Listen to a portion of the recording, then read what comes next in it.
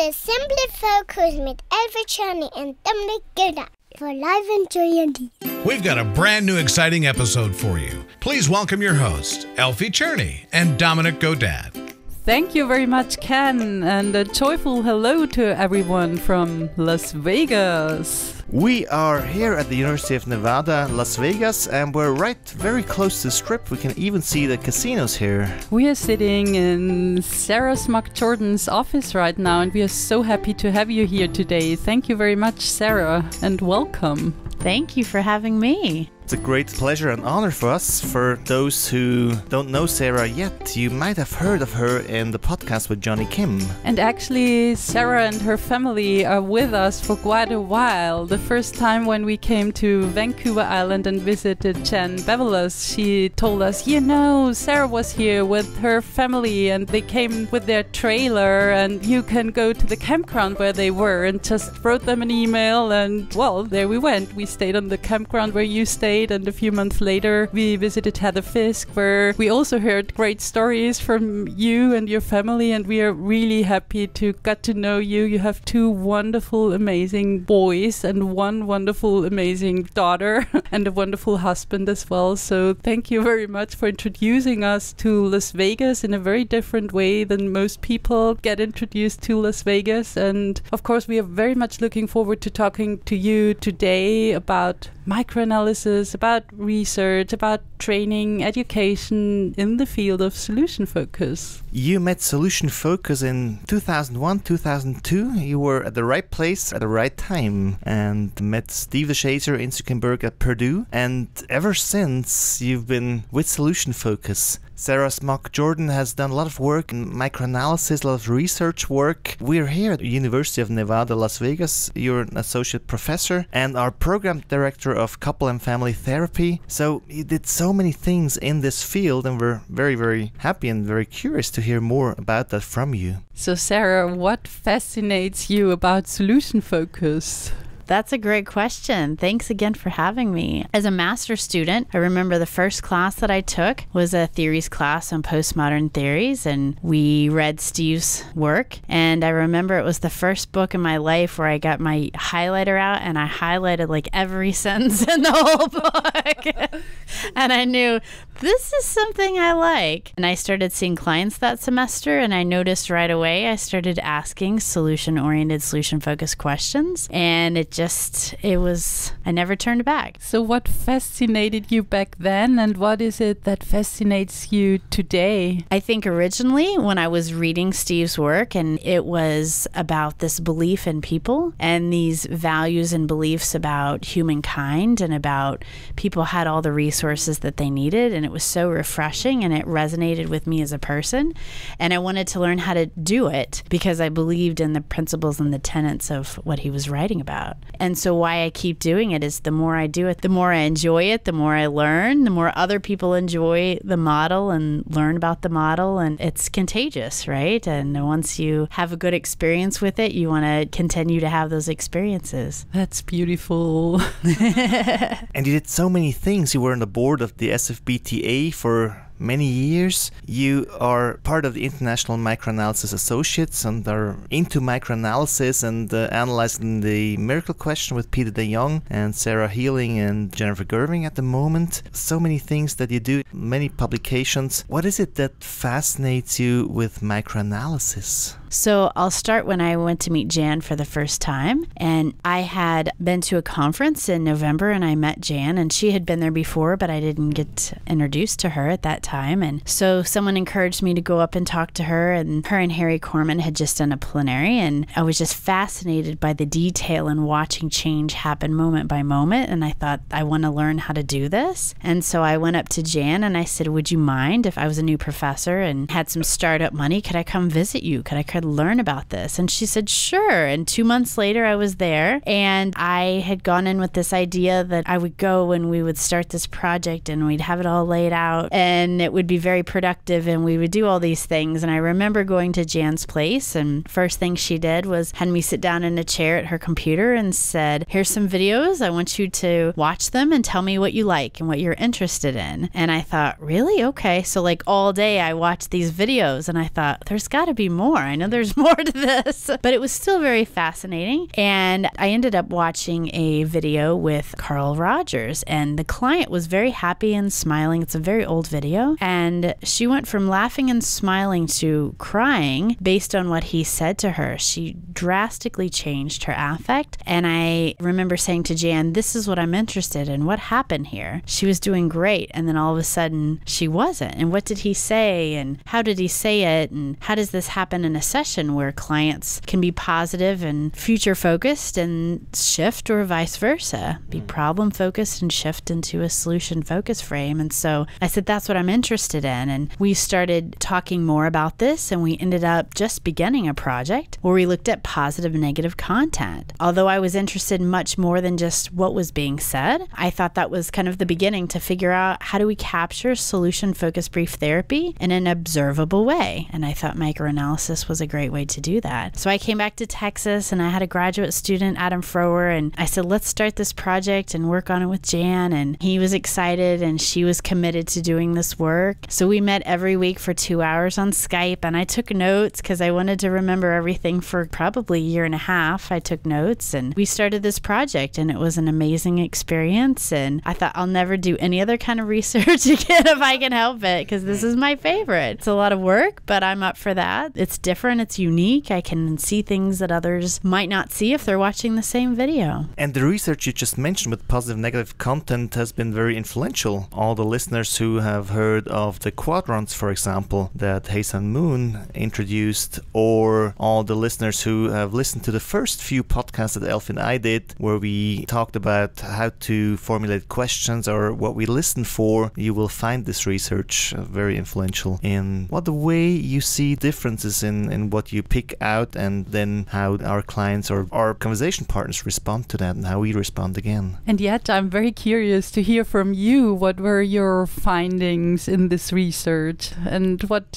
fascinated you with these findings? Well, one of the first things that we looked at was, we compared solution-focused brief therapy experts to cognitive behavioral experts, because CBT is thought by many to be an evidence-based practice and widely used in lots of areas. And being interested in evidence-based practice, I wanted to compare what we did with another approach that was highly regarded all over the world. And so one of the things that we found is that solution-focused therapists, regardless of the practitioner, tend to be more positive in the content that they use versus negative, but they're not all positive. And I think that's a myth of solution-focused brief therapy, is that we only say positive things, and that's not what we do. And we do acknowledge the problem, and so we found evidence of that. The other thing that we found that was really interesting is that the results of the amount of positive, negative, neither negative or positive content was more similar amongst solution-focused therapists than cognitive behavioral therapists, that they had more variation between their approaches, which is interesting from a scientific perspective, that a model that, even though has lots of variations of CBT, is not as similar amongst people that are using it. So that was very interesting. Then we were interested about, kind of going back to the original reason why I did the study, was how does the client respond immediately in kind to the therapist? And we found that what a therapist says has an immediate effect on the client. So if a therapist says something positive, the client is statistically significantly more likely to respond with something positive, and the same if a therapist says something negative. We found that true in all 6 of our sessions that we looked at. Jan also told me when we were starting this study that was one of the larger studies, because usually they look at small segments of a few tapes, where we looked at the entire session of 6 full-length sessions, which is a lot. I think it took almost a year to analyze all that data. So it was a good learning experience, but also I think it was really important because I was interested over the course of the session if things changed, if things got more positive or negative or stayed pretty much the same. So those were some of the findings that we came up with. And now you're looking at the miracle question with Peter Young. So what are you doing there, and how might that be useful for practitioners in the future? That's a great question. So last fall I was on sabbatical, and I went to Vancouver Island and spent time with Jan, and we have this new analysis that we originally had developed as grounding, and now we're calling calibration. It's much more sophisticated. educated. And I went there to learn hands-on how to use the manual to do the analysis. And as we were looking at lab data of conversations, we noticed many things, but I wanted to, of course, apply it to solution-focused conversations. So upon arriving back, and Peter had visited as well, spent some time with Jan, and we talked about what would be a very specific conversation within the dialogue that we could look at to see what happens moment by moment as we ground. And we thought, well, the miracle question would be great because everyone's going to start out the miracle question very similarly and ask things very detailed and ask for preferred future and evidence of that. So we were kind of curious how the preferred future developed over the course of answering the miracle question. So right now we're towards the end of that analysis. It's taken us several months, but we've already picked up and made notes on several little nuances about how a client responds and even the tense of the language. How would you know? How did you know? How will you know? And then kind of going back and forth a bit. And that's been very interesting so far, but we haven't really looked at the overall what has happened. I do think that the miracle question and the answer in response to that is very different from other questions that we ask in session. And I know that there are lots of thoughts about whether to ask the miracle question or not. And so I'm hoping that we find some information about what is different or unique about the miracle question or the responses to that question and how those pieces are put in place over time versus other future-oriented questions. So at SFBTA, actually, during our research meeting, I had this thought of, once we're done with this analysis, of course, it would be nice to compare it to other future-like oriented questions and what's the difference and how do we ground? Do we ground sooner or longer? Do we gather more detail or less detail? So that I'm already thinking to the next project, of course, but I think it would be very interesting because what we do is we record observable behavior. And so there's no better way, I think, to teach and train students how to do something than to actually show them what other people are doing and then have them watch their own work to see what they're doing. When you say having your students watching their own work and showing them other tapes, how do you do that exactly? And what differences does solution focus make in your work with the students and in analyzing the tapes there? You know, microanalysis is a very rigorous scientific methodology, but pieces of it can be used not only in everyday life, but with teaching and training. And so over the years and at different times in different ways, I've had students pick out parts of their video to watch and to show me parts that they've done well. And then we will slow it down and we will look at what they're doing, what the therapist does, what the client does, how they know that that piece of the session went well, and to go from there. And a lot of times in supervision, students are reluctant to bring film because they don't want to be under a microscope. They don't want to be told they're not doing something right. So when I ask them to bring a piece, a minute, 30 seconds, where they feel like something went well, they seem much more comfortable with that. And when they start watching themselves over and over in the same segment of the tape, they notice those little things that they're doing. And they said this, and the client said this, and then they said this in response. And training students in the model using this idea of listen, select, build, I think plays into this as well, because it is that moment by moment exchange. And the fact that we can observe that and use those skills from research to help train students observe what they notice is going well, and then how the client responds, since we do know that that makes a difference. And when we did the microanalysis course and you guys tortured us, especially with one CBT video and then a solution-focused video, and we had to look at the choices that the therapist made, kind of topic choice. Really, it hurt to watch the CBT video, and it was such a relief to watch the solution-focused video. So it's very clear. It's kind of, you know it when you see it. It's very clear what happens. How is that for your students? Because you not only train them in solution focus, but also other methodologies. How do they see those differences? That's a great question. And I think being in a university setting, it is unique as a trainer because I'm training students and teaching them in lots of different models depending on their interest and what the requirements for the program are. The nice thing is the pieces of microanalysis that I used to train solution focus can also be used to teach students in other models. So asking them what went well, what did you do, what did the client do in response, how does your behavior match what you think that you're doing or what your philosophy is about change, what your thoughts are about the therapeutic conversation. And so I think it's wonderful because it can be applied to any model, any student, any situation. And I think students are relieved when they do have me for practicum, and if they don't like solution focus, they're like, oh, okay, so we can get something that we want besides this. And I think that's a misconception with solution focused educators, is that that we're going to force them to do something they don't want to do, and that's not solution focused. So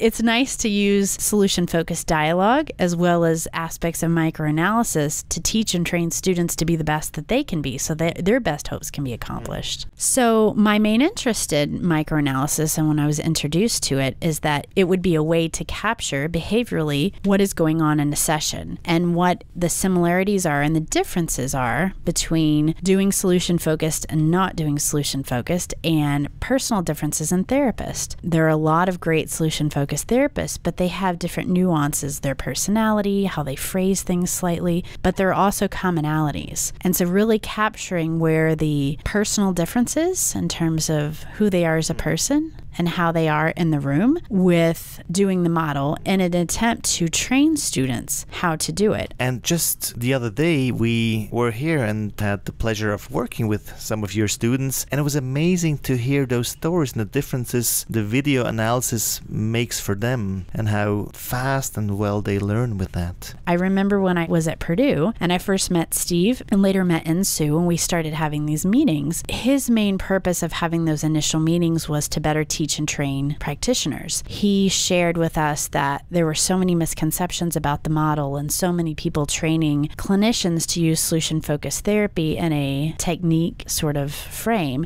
and he really wanted to get away from that. And that had been my initial experience with the model, is that it was about you ask these questions and have these interventions. And I think we've made great strides over the years to capture what solution-focused therapists do in the conversation and to clarify it so that new practitioners and students can more quickly learn how to do the model. So I'm thinking of an example with some of the students that you met with the other day. And there's a research project here that we're going to do on campus where they're going to be using solution-focused therapy. And they had learned about solution-focused therapy, but they really needed a more in-depth training. And so I met with them in a group for several weeks, several hours, and we talked about the process of the model, and we watched video, and we stopped it, and we went moment by moment. And they were able to connect the pieces of, oh, so this is what it looks like. This is how you do it. This is not just about asking this question or doing this intervention. And I think the work with microanalysis and the research that we've generated is to more quickly get people to the point where they understand it's about dialogue, it's about a conversation. These are the elements or ingredients. Listening is part of this equation, this listen, select, build process. And while it's simple, it's not easy.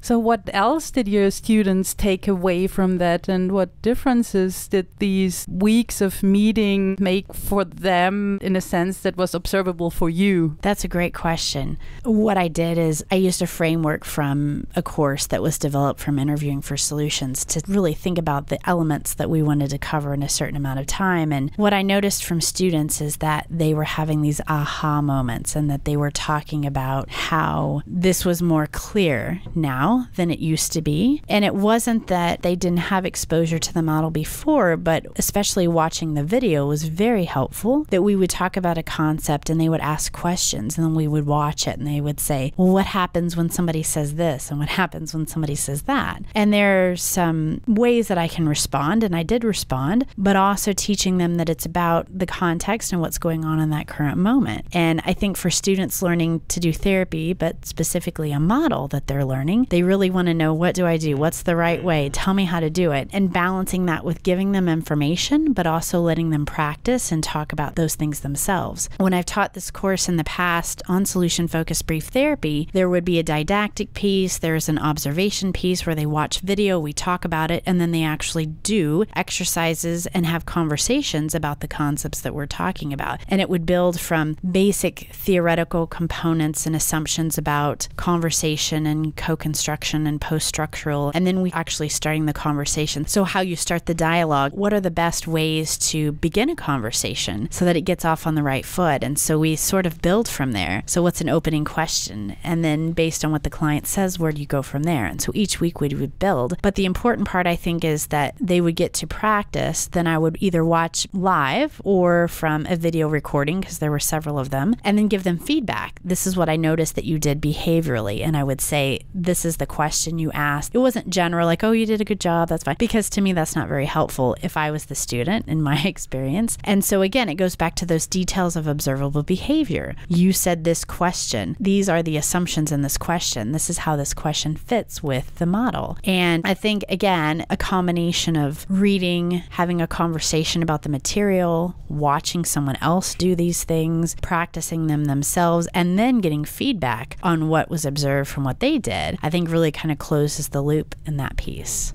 And solution focus is so much about also monitoring progress. So what do you see them do differently now than to a few months or weeks before? That official study hasn't started yet. However, I've noticed changes in our conversations. I've noticed that these students would have come to the conference this year and have noticed that we would talk about something pertaining to solution building, solution focus, co-construction, and they would know exactly what I was talking about. They've had this experience of interacting in a different way. To me, that's evidence versus just talking about concepts or them saying, oh, I asked this question or asked a scaling question, that they were actually talking about the components of listen, select, build. And it makes such a difference to teach in such a way compared to just take a textbook and then let them do what is in the textbook and learn from a textbook version. Just really let them observe their own work and analyze that and let them observe other people and learn from that. That's what we realized when we did our leadership trainings, that learning is so much faster when they can really see it, and so much easier to, well, I could say, to understand what they're doing. And I think that part of, at least training therapists in general, a big obstacle that we have is that we have certain courses that we have to teach on theory, and then we have practicum, but they're very separate. At least in our field, they're not integrated as well. So you learn a topic in this class, and then you have a faculty member, a professor in practicum, who is doing something very different and observing your work, and there's a big disconnect. And I think it has to educationally all fit together. Not only do people learn from different styles, but to fully integrate this into a dialogue, into a conversation, you need to understand the concepts, you need to see it behaviorally occurring, and then you need to do it, but also need the feedback. I know as a student, sometimes in certain classes, I was asked to demonstrate things, and then the feedback was very general, which wasn't as helpful to me because I didn't know if I was doing what I was, quote, supposed to do. And so I think the detailed feedback back to the student is just as important as their observation of themselves or their observation of watching somebody else do the model. You were asking about what else I've also noticed that the more the students learn and practice, the more excited they become. They start smiling. They're like, oh, I can't wait to do this. Or I have this client. I'm going to try it out at 4 o'clock today and see what happens. I'm going to have this different conversation with them. And that's what I notice. I notice people coming back and being excited. And so that's how I can tell, hopefully, that I'm helping them learn in this process, is that they're getting it in that way, that it makes sense, that it clicks, that they're excited, that it works for them. As an educator, that's probably the most rewarding part of the process. Yeah, I love that. And talking about education, talking about training, and also talking about research, this was also something we talked about with Johnny Kim in our podcast a few weeks ago, how important it is to see what we do in our trainings, especially when it comes to do research later, that you know where the solution-focused practitioners are, what kind of training did they receive, and how do they apply solution focus. And there are so many different ways of applying solution focus, and we can see that just in our answers to the question, what fascinates you with solution focus, that there are so many different aspects of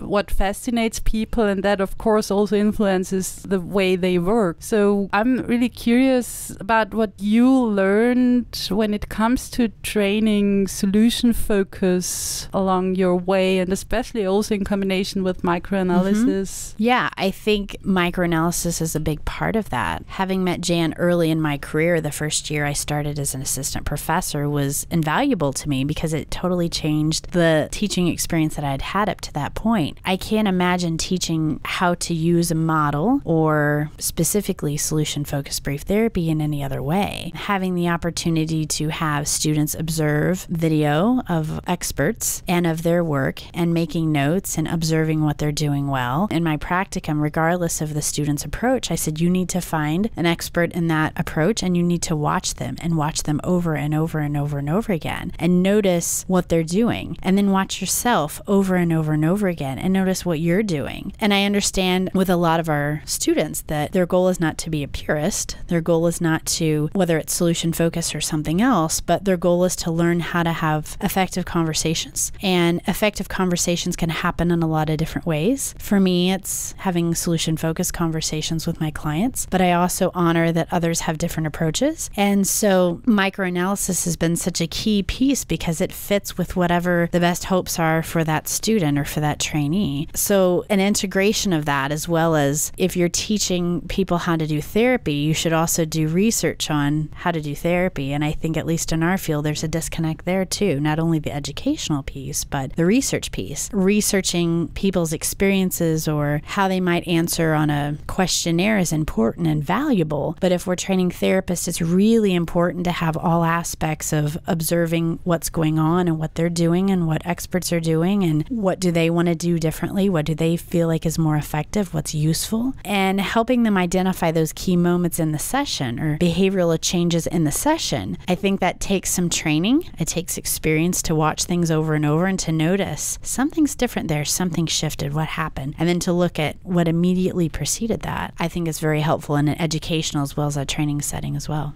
How else could educators who have not yet been into microanalysis that deep? You told us the story of your last 10, 11 years with microanalysis and also very sophisticated analysis of calibration, for example, that you have to do for many, well, I could say months or years to really grab everything. But how could educators without that knowledge benefit from microanalysis in their way of educating solution-focused practitioners? That's a great question. And Jan has talked about this on other occasions about using aspects of the methodology. And I think the first one comes to like what my experience was. Sit down and watch some video, whether it's your video or someone you admired that does therapy or both. Just what interests you. And so having educators encourage their students to do that, to do it for their own work, to do it to observe other people's therapy that they admire, or even other conversations. It doesn't have to be a therapeutic conversation necessarily. We co-construct and ground and calibrate in all conversations, and it's a natural part of what we do. So I think for trainers and educators, we need to be more focused on watching video, noticing what is interesting, and not glossing over. I think our society, we go so fast and, oh, we'll just watch this in 10, 15 minutes until it's done. Or I'm talking about methodically watching something over and over and over again. That's how we will get the detail and notice those slight differences,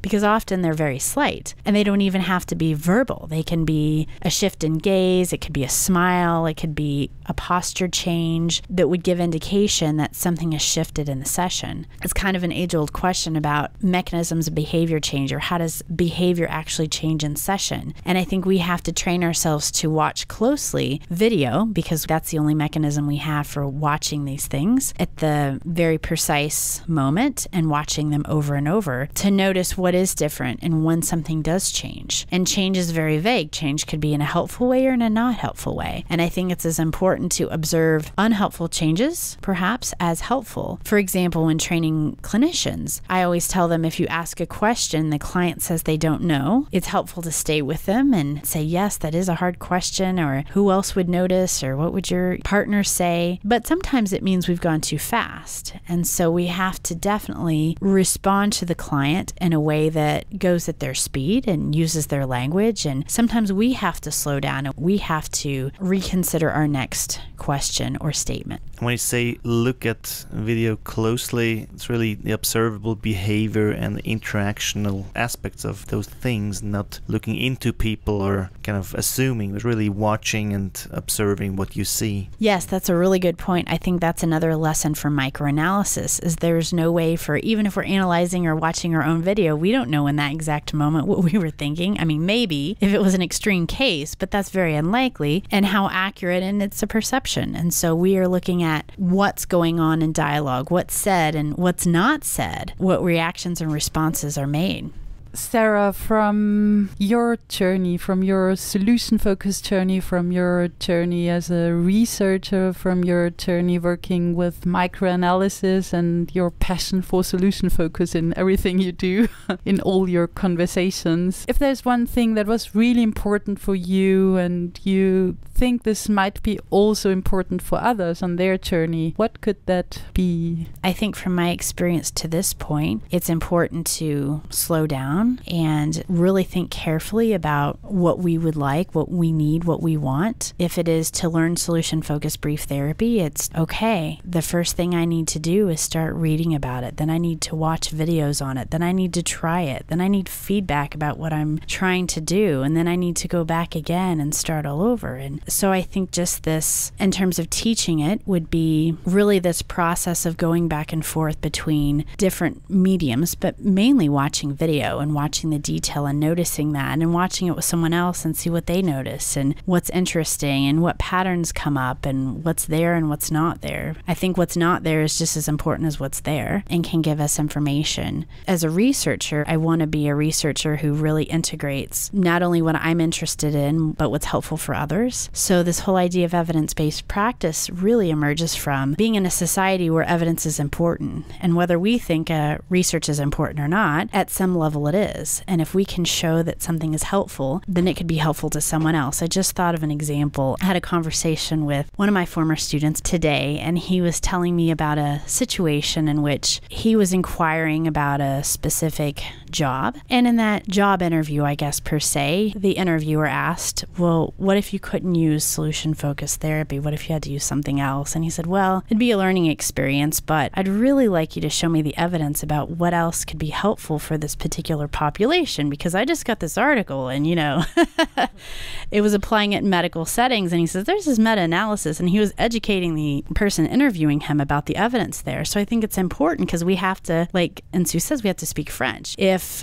who we're working for or who we're getting paid to do these services requires evidence, we have to produce that. And so whether we like research or not, I think all practitioners and all trainers need to be aware of that. I was told, I didn't hear it in person, but that Ensu said, we just need this book that we can slam on the table and say, look, there's evidence that it's effective. And so I hope in my career, I'm part of that journey that helps provide that evidence to not only legitimize what we do, because I believe in it, but also to help people learn what we do in a more effective and timely way. Oh, and that's what you surely are already. I mean, it's like also with Johnny Kim, we talked about evidence-based a lot, and he mentioned that the two of you really put in a lot of effort making solution-focused and evidence-based approach here in the United States. So thank you very much for that. Yeah, so let's come to the challenge of the week. So thinking about what we've talked about today and what might be helpful, we've talked about microanalysis and training and research and teaching and a lot of different things. I think I would challenge, and maybe this has come up before, but maybe in a different way, I would challenge you to really think about where you are right now, what you're doing well, but what you'd like to do a little bit different or a little bit better. And because I think video is so important, I would like you to maybe have a conversation with a friend or a colleague about this difference that you would like and what it would look like and all those details and kinds of conversations that we're used to having, and record it in some way to keep it, to remember it, and then to also review it and to look at it and to say, okay, so, you know, at this date and this time, these were my best hopes, this is what I wanted, and looking at it in a week, in a month, and noticing different things 2 months down the road in that conversation that you didn't notice the day after, and noticing how those differences that you observed 2 months down the road made a difference in your current life and what you were already doing and what you've already accomplished. And so I think that would be my challenge. So let's go and make a video. Yeah, thank you very, very much, Sara. This is a very inspiring challenge and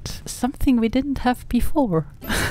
So thank you very much. Well, and of course, we are very, very, very curious now. What inspired you about our conversation with Sara, and also how this challenge works for you? And we're not only excited to hear from you how the recording worked for you, but maybe also in a few months what differences this recording made for you. So please let us know and comment on our website on www.sfontour.com youtube.com/simplyfocuspodcast and then go to episode number 44. And of course, you'll find all the resources we mentioned in this podcast in the resource section of this podcast. So thank you again for having us. Thank you again for spending the time with us, with your family, for spending Christmas with us, for going skating and doing all those fun things next to very cool conversations about solution focus and microanalysis and all the things we are so passionate about.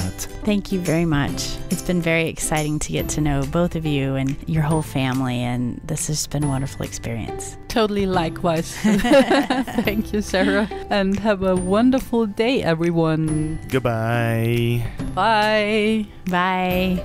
Woo!